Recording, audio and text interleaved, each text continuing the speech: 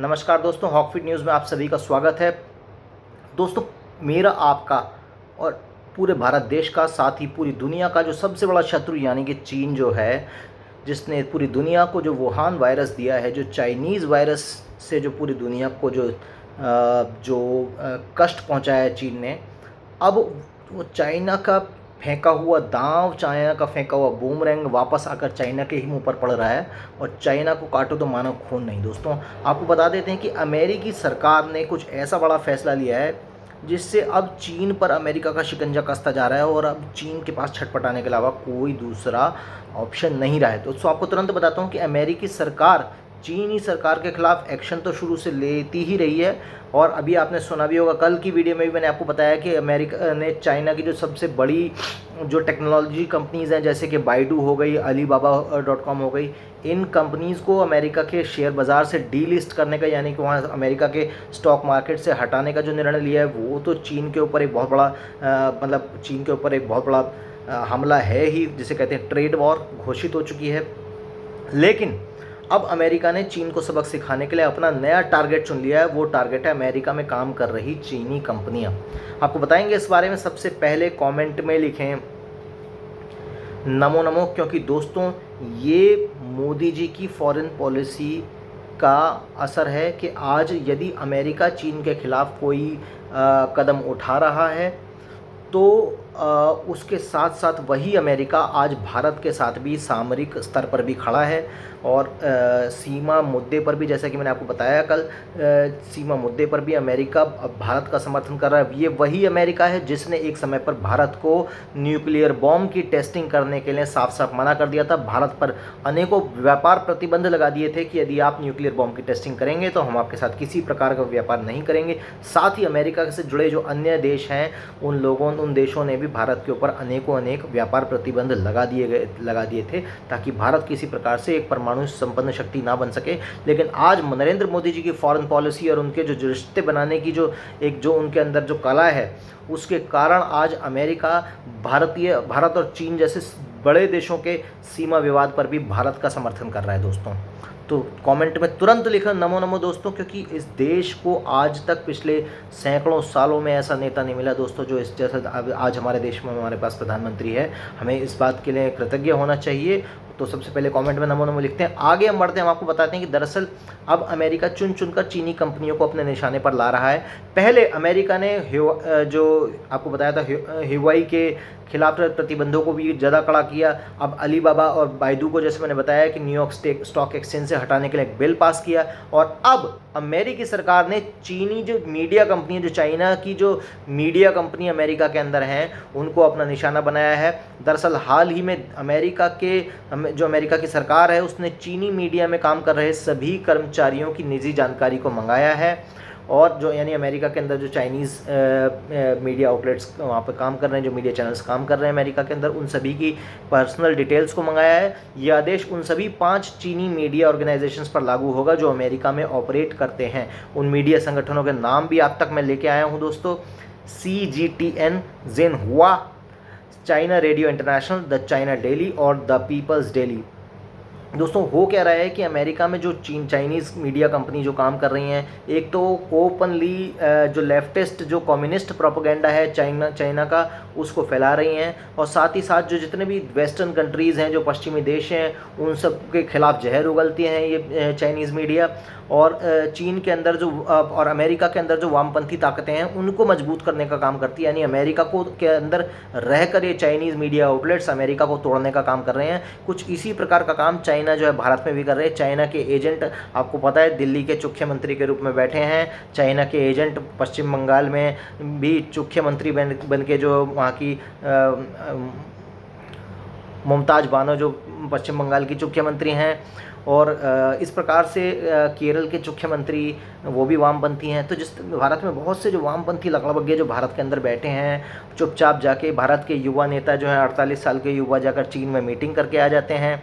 तो आप अच्छी तरह से जानते हैं। तो चाइना जिस तरीके से अमेरिका के अंदर प्रोपेगेंडा चला रहा है, उसी तरीके से चाइना अपने मीडिया के थ्रू और अपने संगठनों के थ्रू, अपनी कंपनीज़ के थ्रू भारत में भी एक प्रोपेगेंडा चला रहा है। तो पूरी दुनिया में चाइना की यही स्ट्रेटजी है, किसी एक देश के अंदर जाइए, अपने क्या कॉरपोरेट्स, अपने व्यापार, अपने मीडिया संगठन वहाँ पर खड़े कीजिए और साथ ही साथ वहाँ पर उस देश के बारे में आप भली बुरी बातें कीजिए और उस देश के अंदर जो उस देश को तोड़ने वाली ताकतें हैं उनको फंड कीजिए। इस तरीके का चाइना का प्रोपेगेंडा शुरुआत से रहा है।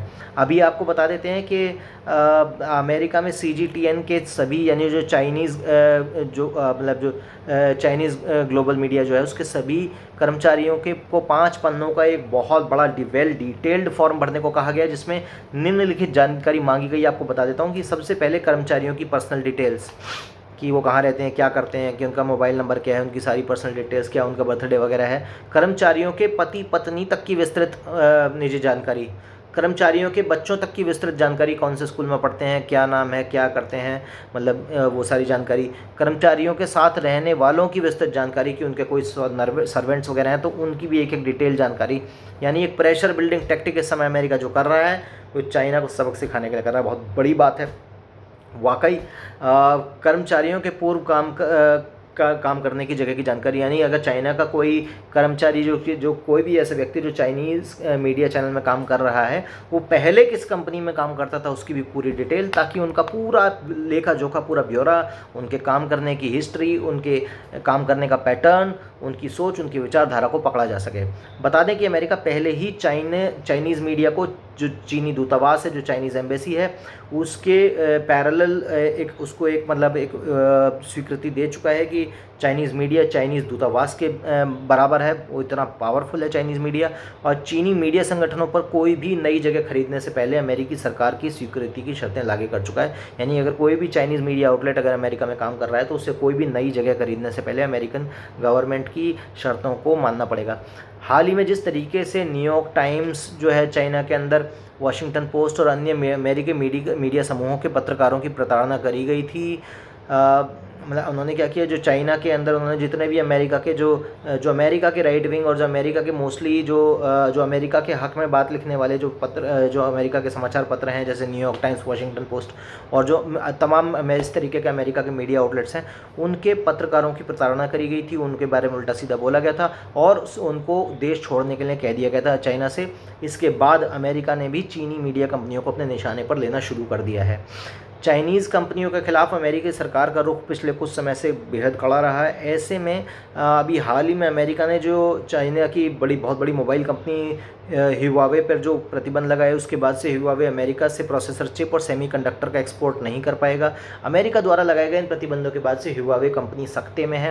ह्यूआवे ने एक बयान जारी करके कहा है कि अमेरिका के इस फैसले से न सिर्फ दुनिया भर के टेक्नोलॉजी बाजार में खलबली मच जाएगी, बल्कि इससे ह्यूआवे पर अस्तित्व का, उनकी एग्जिस्टेंस का जो डेंजर है वो उनके ऊपर मंडराना शुरू हो जाएगा। आपको बता देते हैं कि दुनिया में जो सेमीकंडक्टर के जो यूनिट्स हैं, उसमें इस्तेमाल होने वाली जो चिप है, चिप का डिज़ाइन और उसका जो मैन्युफैक्चरिंग इक्विपमेंट है, वो सारा मोस्टली अमेरिका में बनता है। ऐसे में अमेरिका द्वारा ह्यूआवे पर लगाए गए इन प्रतिबंधों के बाद ह्यूआवे कंपनी का बर्बाद होना तो तय माना जा रहा है। इसके बाद से आपको बता देते हैं ह्यूआवे चाइना की बहुत बड़ी मोबाइल कंपनी है, सबसे बड़ी मोबाइल कंपनीज में से एक आती है चाइना की।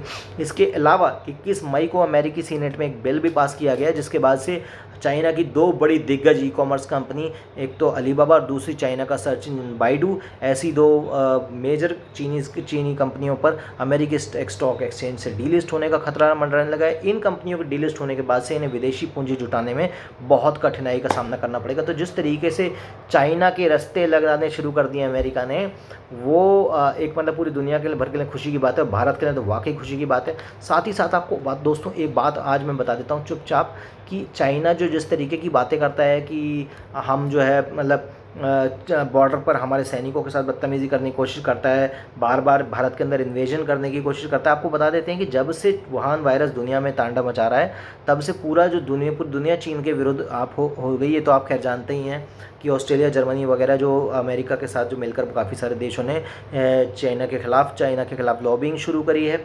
और इस बौखलाहट में साउथ चाइना सी और ईस्ट चाइना सी में भी अपनी गुंडाई दिखाकर चाइना अपने आप को महाशक्तिशाली सिद्ध करना चाहता है। मानो चाइना किसी भी तरीके के युद्ध हेतु पूरी तरह तैयार है, परंतु सच्चाई तो दोस्तों ये कि चीन में वास्तव में युद्ध करना लगभग ना के बराबर है, क्योंकि चाइना की जो विशाल आर्मी है उसके पास एक मतलब जैसे कहते हैं ना कि एक प्रैक्टिकल युद्ध की कोई नॉलेज ही नहीं है, नाम मात्र का भी अनुभव नहीं है। चाइना ने अगर एक ढंग के युद्ध की बात करें तो पिछले 150 सालों में चाइना ने एक भी युद्ध नहीं लड़ा है, और जो भारत से जो 1962 में युद्ध था वो कोई युद्ध ही नहीं था, वो बहुत छोटा सा युद्ध था, बहुत जल्दी होकर निपट गया। और उस समय भारत वाकई इतना कमज़ोर था कि युद्ध के भारत एक मजबूत ओपोनेंट के रूप में भी नहीं था। उस समय भारत की स्थिति वाकई बेहद ख़राब थी उस समय। थैंक्स टू नेहरू जी की सरकार के कारण भारत की स्थिति उस समय बहुत ख़राब थी। और एक कारण ये भी था कि भारत गुलामी से नया नया निकल के आया था, 1947 से 62 तक बहुत ज़्यादा समय भी नहीं हुआ था, तो भारत के पास चाइना से लड़ने का अनुभव भी नहीं था। लेकिन तो अगर एक एक्चुअली एक युद्ध की बात करें तो चाइना ने कोई प्रॉपर युद्ध लड़ा ही नहीं है। अगर जब भी किसी ने मतलब चाइना ने किसी से युद्ध लड़ने की कोशिश करी तो सदा मुँह की खाई। आपको बता देते हैं कि अगर सबसे पुरानी भी अगर बात करें तो 12th सेंचुरी में भी जब मंगोल शासक कुबलई खान ने धावा बोला था तो स्वांग वंश ताश के पत्तों की तरह बिखर गई थी चाइना की। अगर पुरानी अगर आप हिस्ट्री निकाल के देखेंगे तो चाइना ने जहाँ भी हिस्ट्री पिछले 1000 सालों में जहाँ भी युद्ध किया, चाइना ने हार का ही मुँह देखा है। और कम्युनिस्ट शासन जो चाइना में आया पिछले 40-50 सालों में, उससे आने से पहले भी चाइना की स्थिति कोई कुछ खास नहीं थी। सेकेंड वर्ल्ड वॉर में जापान ने चाइना की जो स्थिति करी, चाइना का जिस तरीके से कबूतर बना के रख दिया था, तो चाइना के शहरों ने बिना लड़े घुटने टेक दिए थे मतलब। और ये कोई बहुत ज़्यादा पुरानी बात नहीं है। तो अगर बात करें तो चाइना की जो पीपल्स लिबरेशन आर्मी, उसने भी कोई बहुत बड़े कोई ऐसे मतलब झंडे नहीं गाड़े हैं। यदि किसी देश के साथ अगर उसकी तुलना करनी भी है तो इंडियन आर्मी से करो। इंडियन आर्मी से तुलना भी करोगे तो पुराने युद्धों को स्वीकार करने के अगर आप इच्छुक ना भी हो तो इस बात को स्वीकार आप ज़रूर करेंगे कि मतलब विशेषकर चाइना के संदर्भ में ये बात कह रहा हूँ कि आधुनिक भारतीय सेना के पास विशाल अनुभव था। चाहे वो 1897 में सारागढ़ी का युद्ध हो, प्रथम और द्वितीय विश्व युद्ध हो, और स्वतंत्रता के पश्चात के युद्ध। दिक्कत ये थी कि 1962 के युद्ध के वक्त भारत के पास बिल्कुल भी वेपन नहीं था, हथियार नहीं था। आज भारत के पास हथियार भी है, सक्षम भी है, सेना हमारी काफ़ी विराट है, तो डरने की बात हमें नहीं है। मैं ये नहीं कहता कि हम चाइना से ज़्यादा सक्षम हैं, लेकिन चाइना की गिरड़ भग्गियों से इतना ज़्यादा डरने की भी आवश्यकता नहीं है, ऐसा मैं समझता हूँ। दोस्तों अभी के लिए बस इतना ही। जय हिंद, जय भारत, नमस्कार। अगली वीडियो फिर आप तक लेके आएंगे। हमारे चैनल को यदि सब्सक्राइब नहीं किया है तो तुरंत इसी वक्त सब्सक्राइब करें, बेल आइकन जरूर दबाएं, नहीं तो देशभक्ति से संबंधित हर खबर आप तक नहीं पहुँचेगी। तो अभी तुरंत बेल आइकन दबाएँ। जय हिंद, जय भारत, नमस्कार।